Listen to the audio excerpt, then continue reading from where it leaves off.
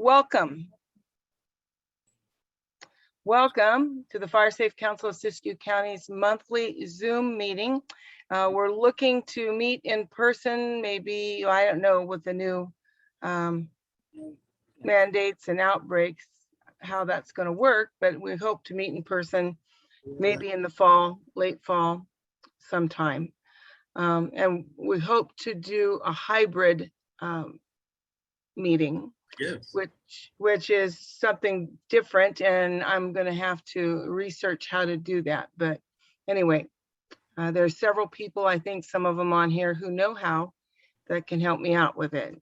I'm hoping they can help me out. Okay.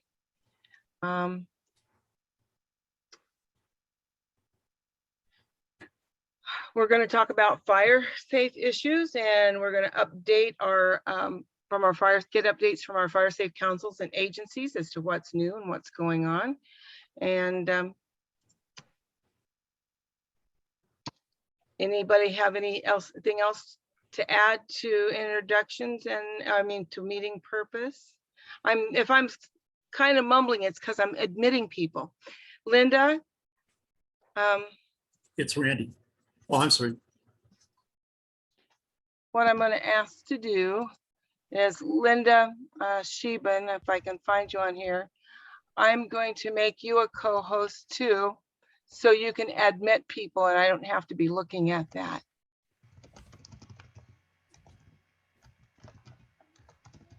So, all right.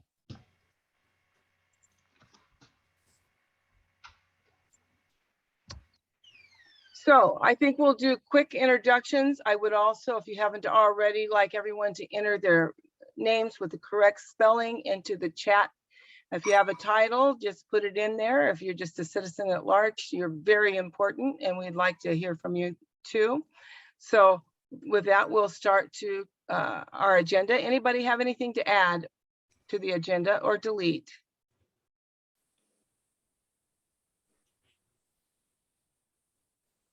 Okay, approved minutes. Did everybody get a copy of the minutes?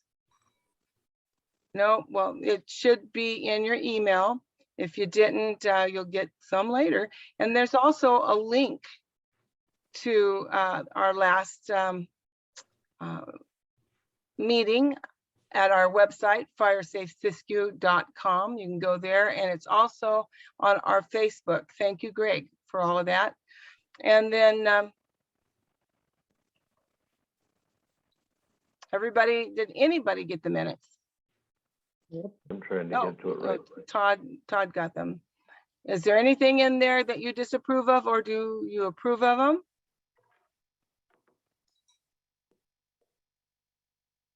Yeah, I just wasn't at the last meeting, unfortunately, so. Oh, okay. All righty. Well, with that, we'll move on. Action items. Mike Wilson, Northern California Regional Coordinator for the California Fire Safe Council. Do you have an update?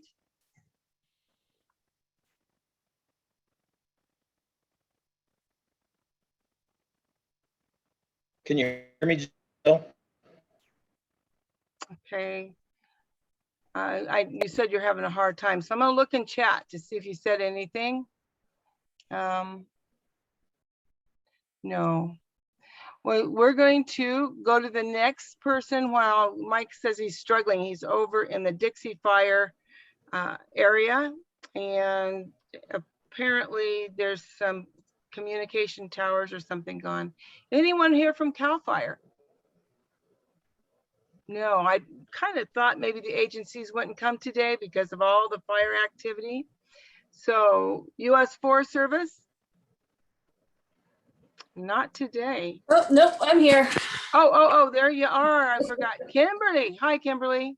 Hey, so Jan and I are kind of taking turns right now, given how busy we are. So basically, some of the key points over the last several weeks is right before the thunderstorms that came through at the end of July that caused the mess that we're in right now. Klamath had actually done a pretty good job of staffing up. So, we already had quite a few staff and additional support on the forest. The downside was that we ended up with way more fires than we were even remotely expecting. So, of course, that led to the river complex. Today, it's 31,033 acres, 7% containment.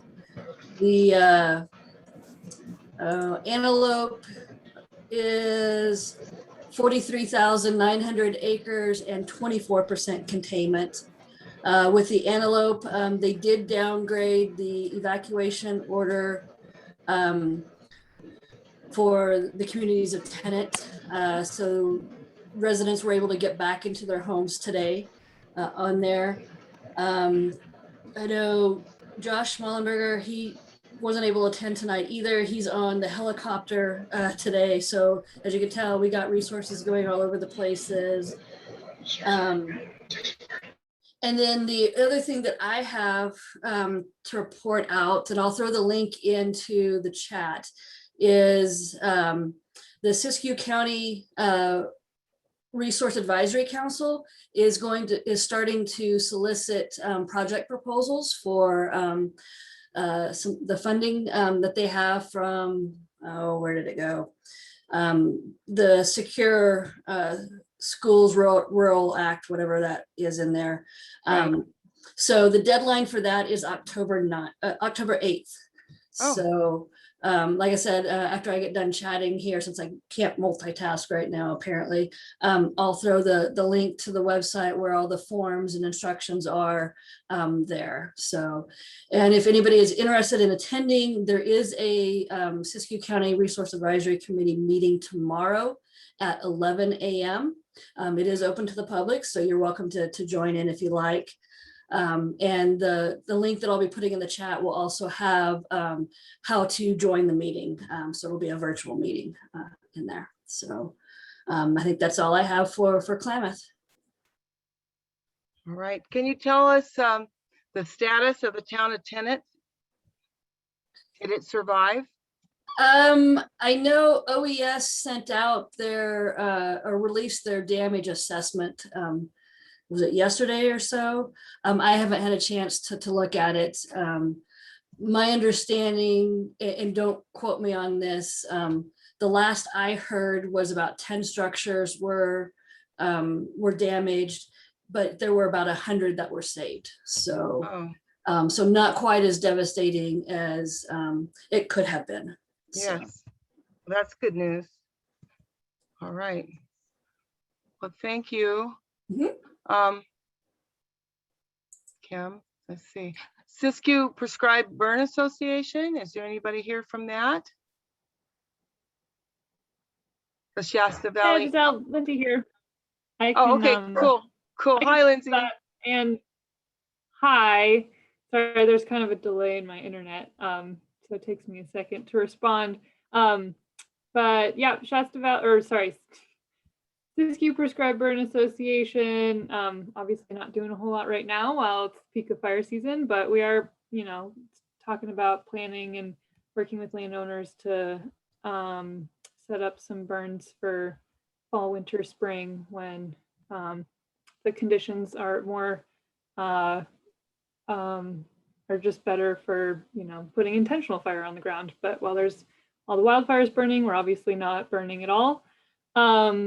There will be a prescribed fire training exchange that's scheduled for the end of October, pending COVID and pending weather and fuel conditions. So if anyone is interested in applying to that, I can send the flyer with the application link.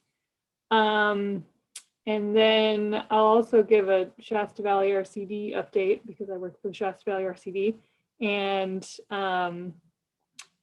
we're working on a meadow mastication project on the Shasta Trinity National Forest out in Mud Meadow.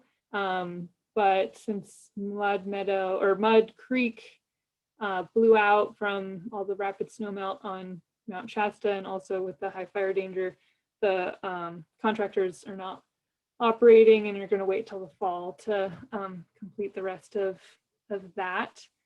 And also another kind of community opportunity. The UC Cooperative Extension is hosting a forest stewardship workshop in Siskiyou County in September and October.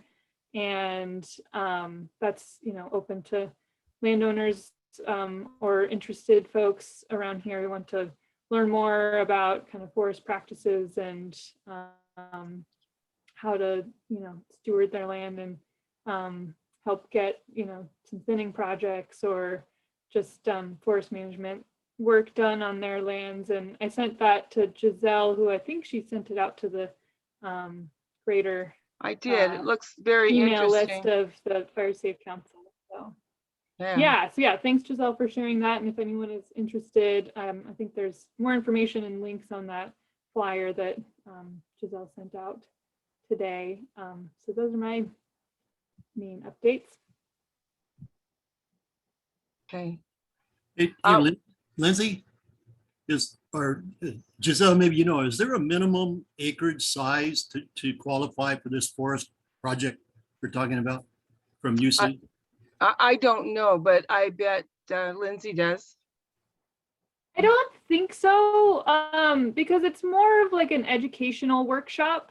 And so I think that anyone can attend. And at the end of it, they do provide an honorarium for a RPF, a registered professional forester, to come out and do an assessment on your property. And so I don't know if there's a minimum acreage, and I can't remember. I think there's more information in the links that are embedded in the flyer. But I think if anyone is just kind of interested in learning, more about forest stewardship, that, even if you don't own land, I imagine you could probably still participate. All right, that's good information. I see there's a note that Mike Wilson has made it back on. Are you there, Mike? Yeah, can you hear me? I tried by my phone here. Maybe that'll work better. Yeah, can hear you. Okay, great. So California Fire Safe Council is currently working on some new grants that are coming out. Unfortunately, Siskiyou County is not eligible for the upcoming PG&E and Southern Edison grants that have just come out effective today. I am having some conversations with our leadership to see if we can convince PG&E to allow Siskiyou County to participate, because obviously we are impacted in Siskiyou County from the events that have occurred from PG&E in the past. So we're going to keep pushing for that in hopes that you may be eligible. The grant from PG&E would include $100,000 to Fire Safe Council to work on outreach and program development. So there's a variety of different options that are available through that. As that develops and if it becomes eligible for Siskiyou, I will reach out to you directly, Giselle, and let you know. Okay. I do have an upcoming, the end of September, we'll be doing an in-person workshop down in Chico for all the fire safe councils in the northern region. We'll definitely get an invite out to you as we get that confirmed location and date. I think right now we're looking at the 28th of September, and hopefully we'll be able to get some folks from different fire safe councils to kind of come down, work on that workshop, get some good information exchanged on what's happening in the North State. As indicated, obviously the Dixie Fire, now over 500,000 acres up here in Lassen, Plumas, and Butte counties, impacting my internet's pretty significantly today, so I apologize. As that's happening, you may have caught the story in the news about a professor that was arrested by federal agents for arson around the Dixie Fire throughout Lassen County, and I believe possibly in Butte County as well, setting several or accused of setting several fires up here while that fire was going on. So if Wow. you monitor the news, that's one of the things that's happening up here. Motive?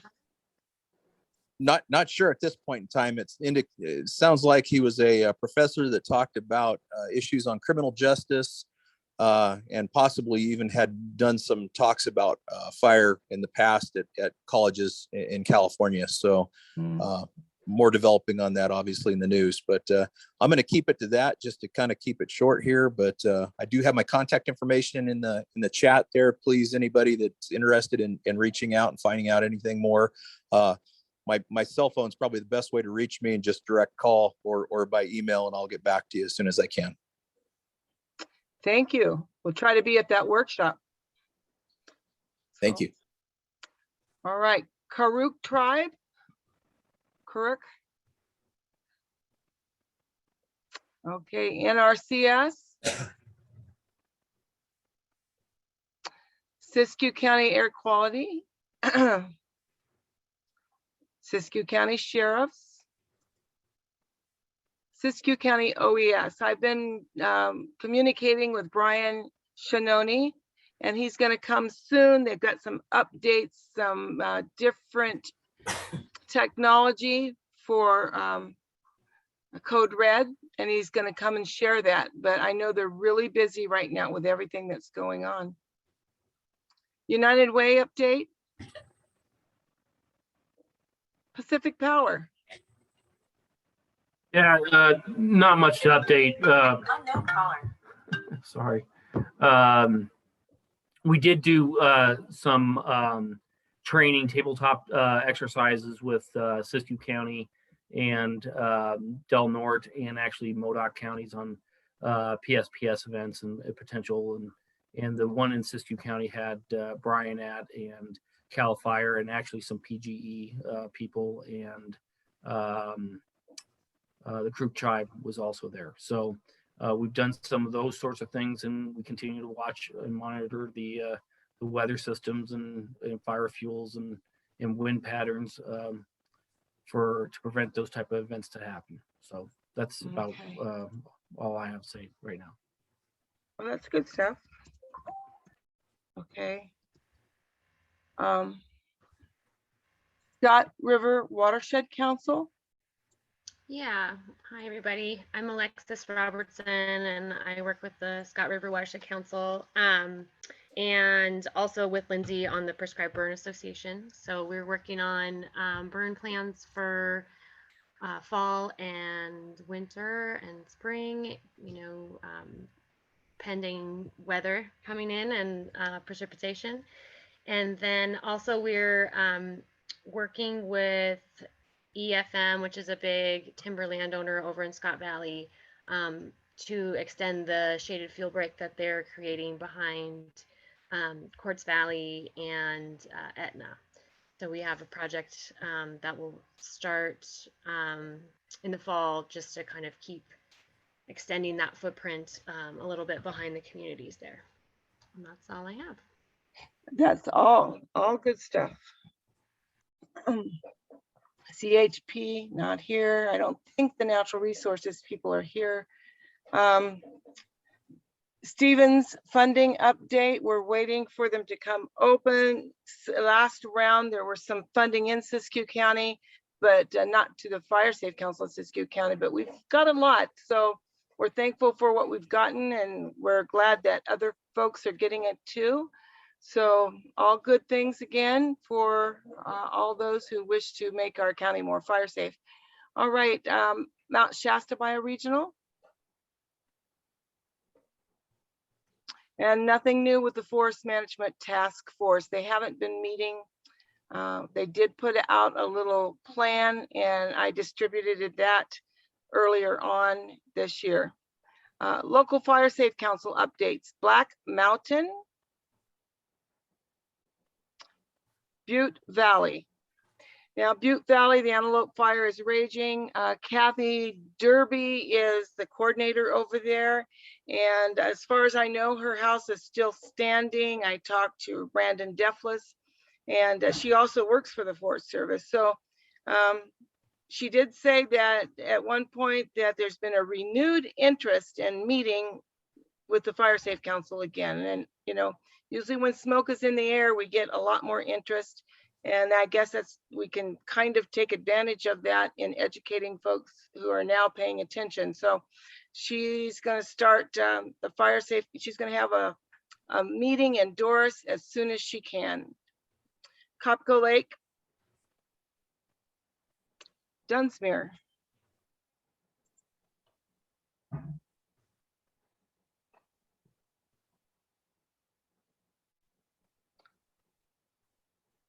That's Linda Sheben. Sorry, I was muted. Linda here from Dunsmuir. Can you hear me? Yes, we can, yeah.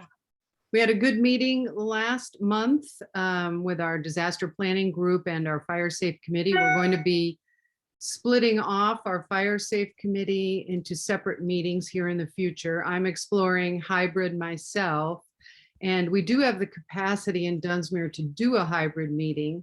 It's at the city council chambers, so that's a little difficult sometimes to schedule that, but we may work on that. I'm hoping that we can develop that capacity here in Dunsmuir. We did have Giselle, you came to our meeting. We had CAL FIRE there, and we had Brian Shinoni as well. So it was real informative. And I look forward to hearing more about the new system that Siskiyou County is going to roll out with Brian. I don't think I have much else to report. We had, and I think I've reported on all of that. That's about it for us right now. Okay. Greater Weed, Hammond's Ranch, Randy. Hi, Giselle. I have two quick items. We're able to start work on our fuel reduction, our shaded fuel break project. We were able to start the mastication on it, but we've been repeatedly shut down because of the low humidity and high temperatures. We're controlled by the forest conditions, so it's kind of hit and miss. Our equipment is ready to go. We're on site and we just can't get started. The second one is we have a class on September 11th at the College of the Siskiyou, Wildfire Education for Homeowners. It's a one-day seminar. It's the third or fourth time I think I presented it. It's offered through the extended College Avenue or through the extended college program. And if you're interested, you need to sign up and register. It's course XNG 38801. It's just a one-day seminar, and it's aimed at homeowners. Randy, would you put that in chat? I couldn't capture it all. The name of the class and the number on it and how to sign up and all of that kind of stuff. Yeah, I can send that to you in an email. I'm not real familiar with how the chat system works. Oh, okay. Yeah, that would help because you went through that kind of fast. I couldn't type. Or not that you're talking too fast. I just can't type fast enough. So. Will do. Okay, Happy Camp. No new news. We reached out to them but haven't heard anything. Horse Creek. Juniper Flat. Margie's still working on our project. And let me see. I think I saw an email from her. I know she's got a lot going on. I think she's on. Is she on? Margie, are you here? Oh, good. Margie. Here. Oh, there she is. Okay. Hi. So the lava fire kind of produced a lot of extra work for me to do. First of all, we're adjusting the CEQA document because we needed to, they want to know if there's any burn damage in your project area. So we had to include reporting on that. And we had to edit the scope of work to include details about how we will deal with the burned trees in our project area. So once we get that taken care of, looking at recovery and into the brush will come back on its own. It's evolved in a fire atmosphere and depends on fire. So it'll come back, but we're looking at planting trees. And Steve Wilson, who's our local grant advisor and also forester with CAL FIRE, recommends the Ponderosa Pine. So in the junipers, most of us here probably know, they're invasive, they're heavy water users, they ignite easily, they burn hot, they explode in a fire, they have shallow roots, and they tend to fall over. So we definitely don't want any more junipers in here. And Steve recommends the Ponderosa Pine. Those are actually native to the area. They were pushed out by the junipers. They grow quickly, they're drought tolerant, they can withstand high winds because they have a widespread root system and a deep tap root. They have a thick bark, which makes them fire resistant, and they naturally shed their lower limbs as they grow. So we don't have to be out there limbing them up all the time. So they are resistant to low to moderate intensity wildfires. They can recover from fire even if up to half of their crown is burned. Their seeds are edible to humans and wildlife. They attract many species, birds and small mammals. They were historically very important to the Native Americans in this area. They used their bark and needles for basket weaving and dye making. Native tribes and other folk medicine practitioners use the resin topically and internally for a wide range of medical conditions. The wood makes an excellent building material, can be used for warming and cooking fires. So pine forest host to many animals and beneficial insect species, and sequesters carbon in the growing trees and below ground in roots and soils. So what I'm thinking we should do is get a lot of trees, either free or very low cost, bare root Ponderosa Pine seedlings. And we would like to offer those to landowners, preferably at no cost, but we can probably work with low cost if that's necessary. We should have the landowners plant them because they need to be watered regularly for at least a year. And we still have many out-of-town owners here. About 40% of our parcels are vacant, and most of those are out-of-town owners. So if they want to plant the trees on their property, they would need to make arrangements, perhaps with a neighbor, to water the trees for a year. There are some concerns about the pine bark beetle, and I'll talk to Steve Wilson about that when he's available. So Siskiyou County Community Development Director Rick Dean is also dealing with the environmental health department. Needs to come out and clean up the burnt parcels, whether they have any kind of structure on them or not. They need some cleaning up.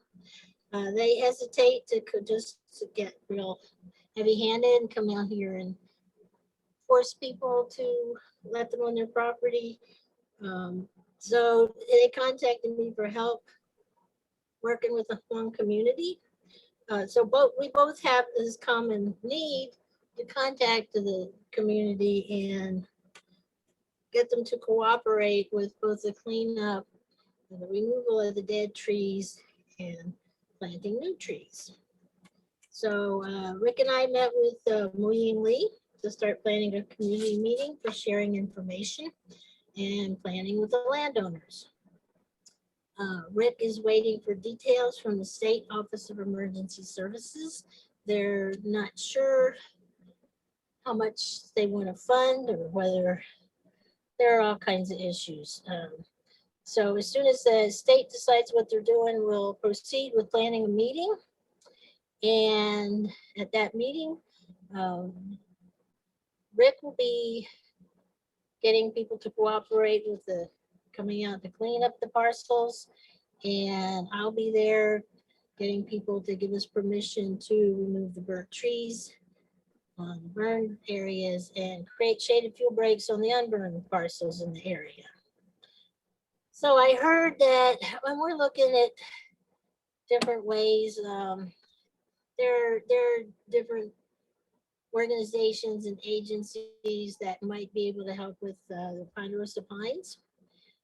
I got word that the Resource Advisory Committee is active again and will soon be looking for proposals. About 15 years ago, I got a $17,500 grant from them to do a free chipper program. It was really simple.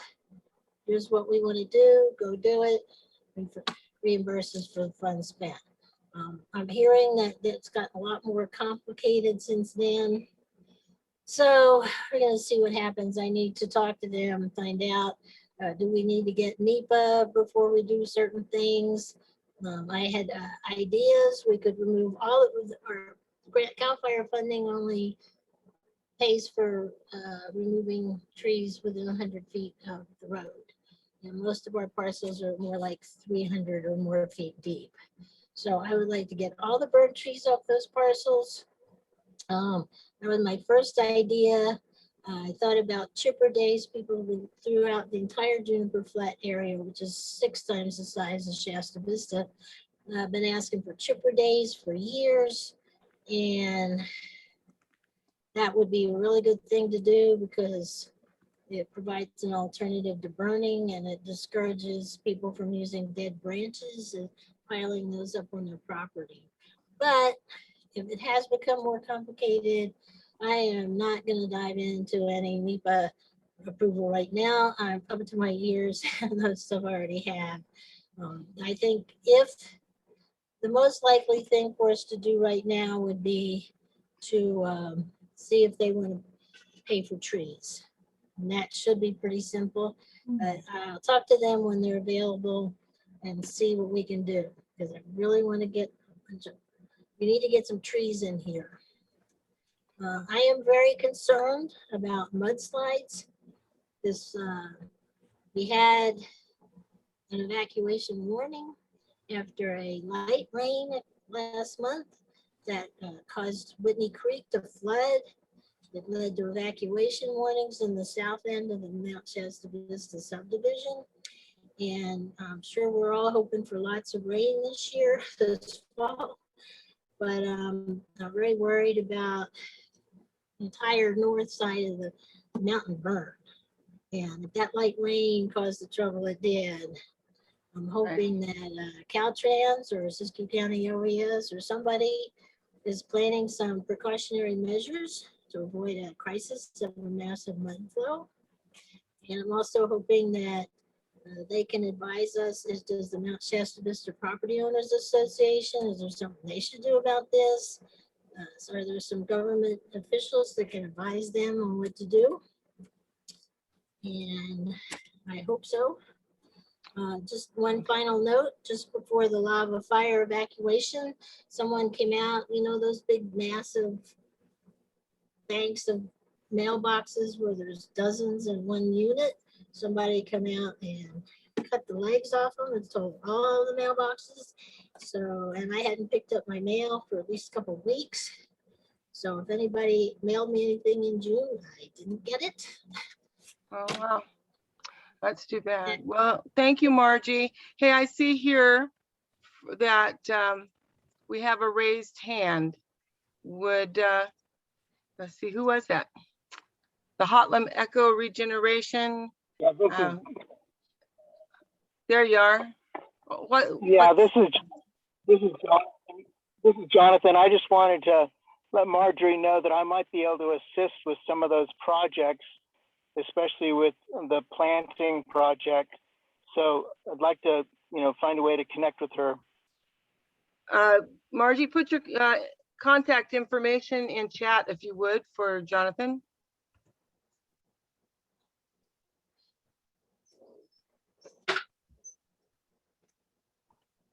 Okay. All right. Klamath River. Someone said Yvonne is here. Yvonne, are you here? Yes, I am. Hey, hi there. Hi. Yeah, I joined a little late. My apologies, but I that's okay. definitely wanted to be on this month. And do you have an update from your Fire Safe Council? Yes, I do. Okay, so we are partnering with a nonprofit this month they have a back to school giveaway where they provide backpacks to, it's going to be around 350 kids in Siskiyou County.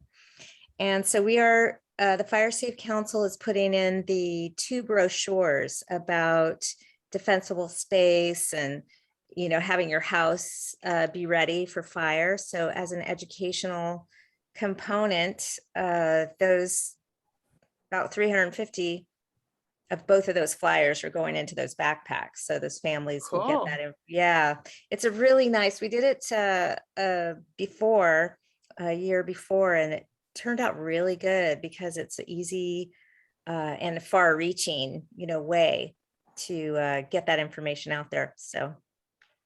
All right. Yes, and then the other thing that we have been doing is as volunteers, we have been where we can educating our neighbors and people in the community about defensible space.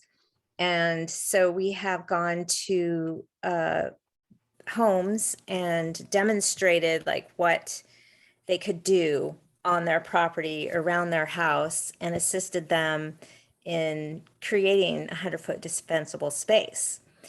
And just recently as well, one of our community members bought sprinklers and things like that for their home in case of a fire. They would have a pump and they have a water source. And so we also, a group of volunteers went and helped train them about how to use that pump and where to put the sprinklers and how to set up the whole system in order to, keep moisture on the part that is defensible and learn how to do that properly. Because what we've noticed in this area is many people come from like the Bay Area and they're not really aware of the WUI, and how to treat their property to make sure that their home and their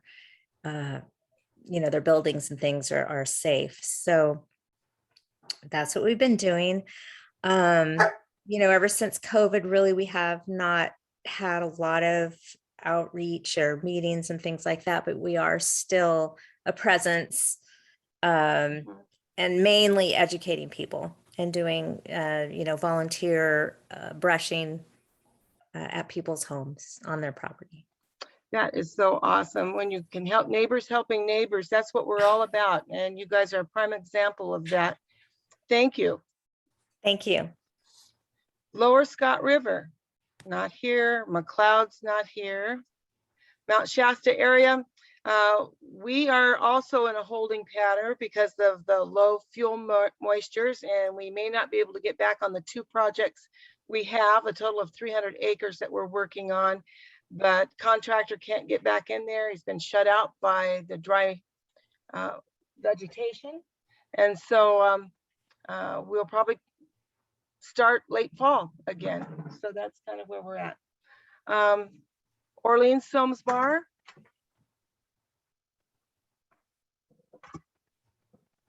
Nobody here. Quartz Valley. Salmon River. There's some evacuations down Salmon River. I think not as many as before, but if anybody knows anything, please chime in. Right, Syed Valley. Wairika area. Hello, Giselle. Hey, Jay. We're like others with the summer here. We did have a meeting last month. However, I was not present. So the only thing I would like to let folks know is we finally we got our community wildfire protection plan approved by Chief Anzo at the end of July. So I'm in the process of getting that disseminated. I'll have it available online, I hope, in the next week or 2 through the Northern California Resource Center for anybody that might be interested in downloading it. That's great news to have that project done and behind us. Like others, hopefully soon we will hear about, so we can see where we will proceed from here. And lastly, I would like to plug with the group Randy Klokow's course. It's a great course. Even if all of these courses, a very good course, and certainly to continue to spread the word about all things about preparedness, getting your home ready, defensible space, home hardening is it's a great opportunity. So I just wanted to share that and to plug that. I went to it a couple of years ago and learned lots. Thanks, Jay. All right. That's great. All right. We're moving into open forum. Anybody? Oh, by the way, Jay, if you all haven't done it, please put your name and who you're with in chat so I can use that when trying to put together some minutes. Actually, I've been having a young lady help me with the minutes, so it helps her to be able to do that. All right. Open forum. Anybody have anything? I have one thing. The California Fire Safe Council is putting out a grant opportunity, and I think I might just share that here. Let's see if I may. It's right here. It's the County Coordinators Grant Program, and the first step is to get the supervisors to give you a letter of support so that you can move forward in application. And thanks to Nancy, who has really helped us through that process, we did get a letter of support from the county supervisors, and we want to thank them and thank you, Nancy, for helping with that. So what this grant does is assist counties with wildfire mitigation, outreach, and coordination. Can you guys see the screen that I put up? Yep. The goal of the program is to educate, encourage, and develop countywide collaboration, coordination among various wildfire mitigation groups. Sorry. So it can cover administrative costs, and it also covers, and this is what we're hoping for, is outreach. Maybe do another one down in Dunsmuir and help Margie with the one she does and come up with some other ones so that we can reach to all four corners of Siskiyou County with fire safe information. We'll be having, I hope, meetings so that we can decide exactly how we want to spend this funding. The letter of support is the first step. We still have to apply for it. So after the application's filled out, there's 58 counties in California, and only 24 will receive this funding. So wish us luck. It'll benefit everybody. Want to spread the resources far and wide if we get them. So anyway, just so you know, that's going on. Any comments, questions?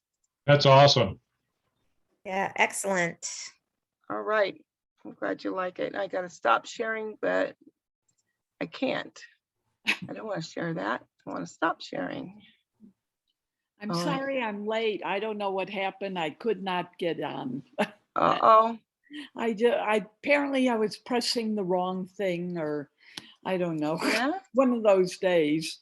Well, you're doing okay, Marlene.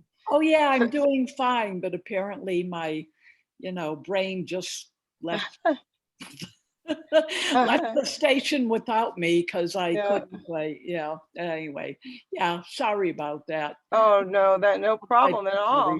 Yeah. So, anything else before we leave here? Can I ask? Did you discuss at all this big Shasta? No. Tell us about that. Well, okay, so apparently there's supposed to be this big gathering the end of August, and it's going to take place in Shasta's Park, but also in Methodist Camp, near Castle Lake. Mm-hmm. And they're talking about maybe 700 people coming. And at first, the guy who was putting it on said, oh, well, no, we're going to have great big bonfires, blah, blah, blah. And the Forest Service said, no, you're not. And they said, oh, okay, no, we won't do that. And we'll just have, camping without the bonfires. But they only have room for 200 people to camp at Methodist Camp, and the others will just camp where they want. And apparently a lot of them are not into wearing masks or getting vaccinated.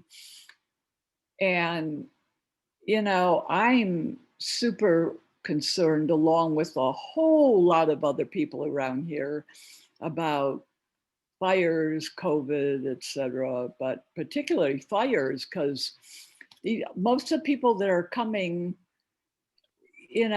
are not from here, and they're not aware of, really of the fire danger around here. They just think they're coming for a reggae festival and it's going to be just great fun. And I don't think it's going to be fun.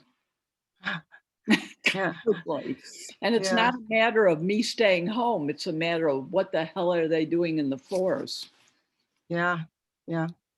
So I guess the main thing is we need to be aware. I don't know if Nancy, are the supervisors aware of this large get together in our forest? I can't hear you. You're on mute. I got too much going on. I am aware of it.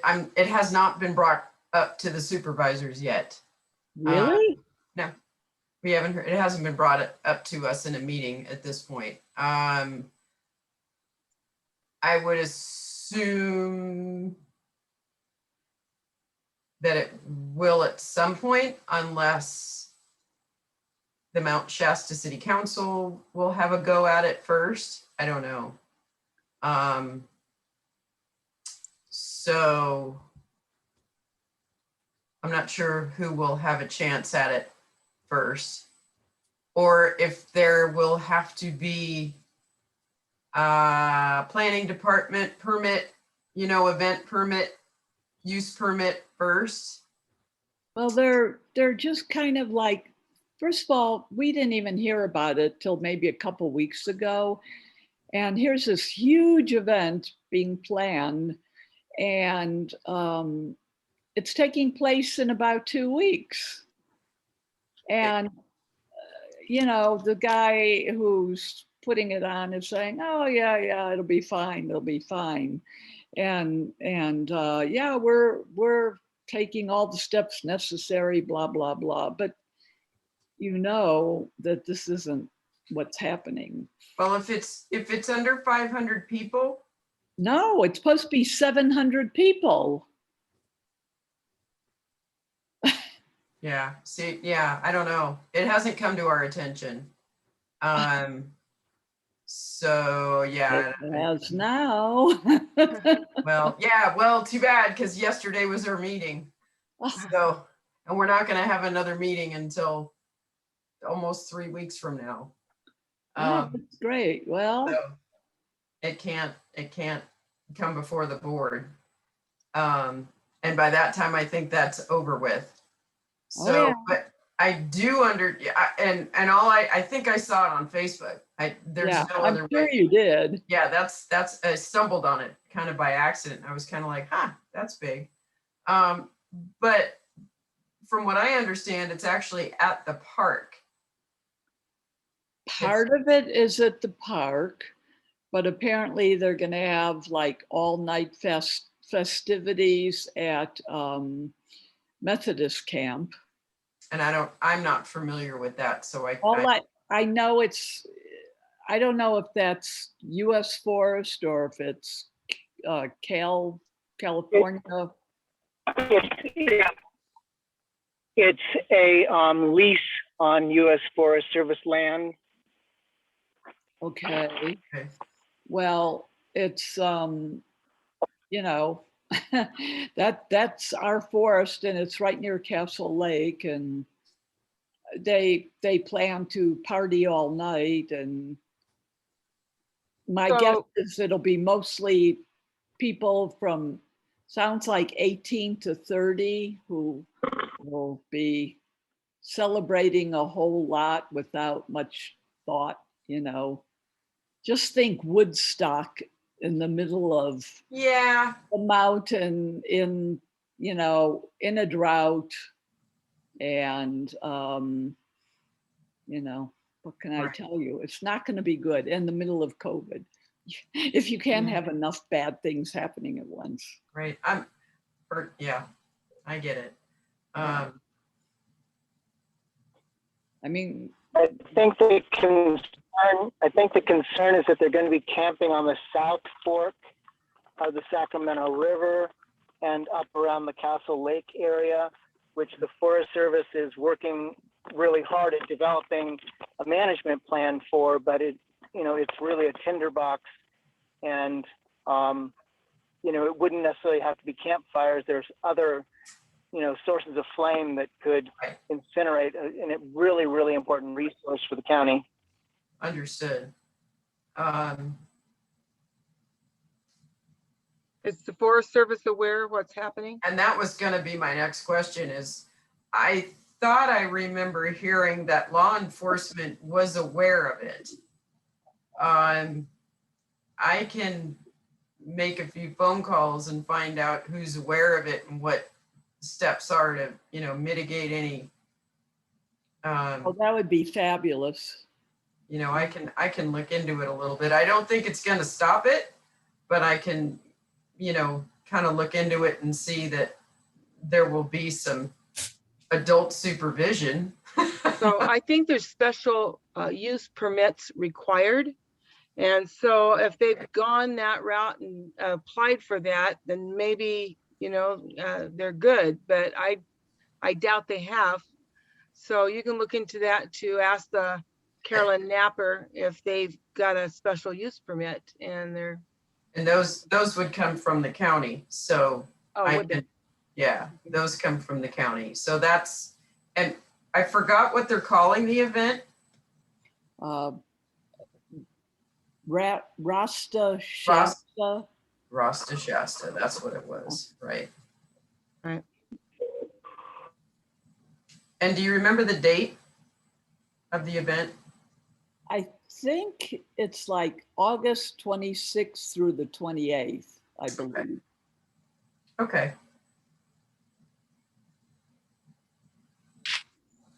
All right, I can dig around a little bit and see.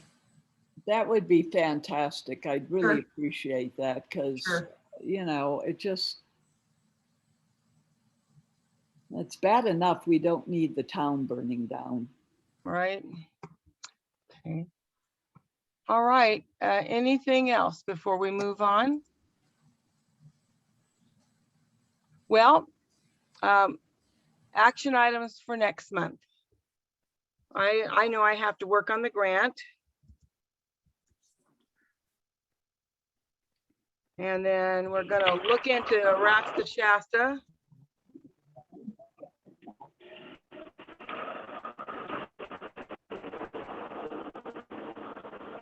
Is there anything else that we need to include on items for next month?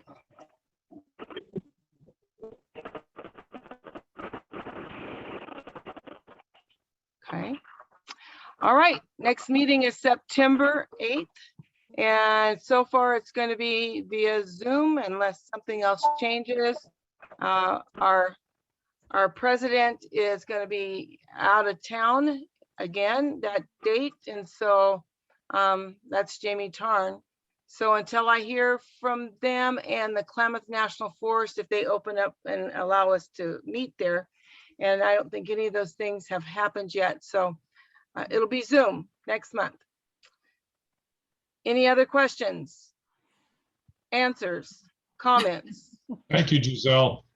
All right. Yeah, thank you all. Yeah, thank you, Marlene. You're always so good to participate. Now, I have to save my chat. If anybody can give me, I don't see where to do that. Okay. Thank you, everyone. Well, thank you. Thanks, Giselle. Thank you.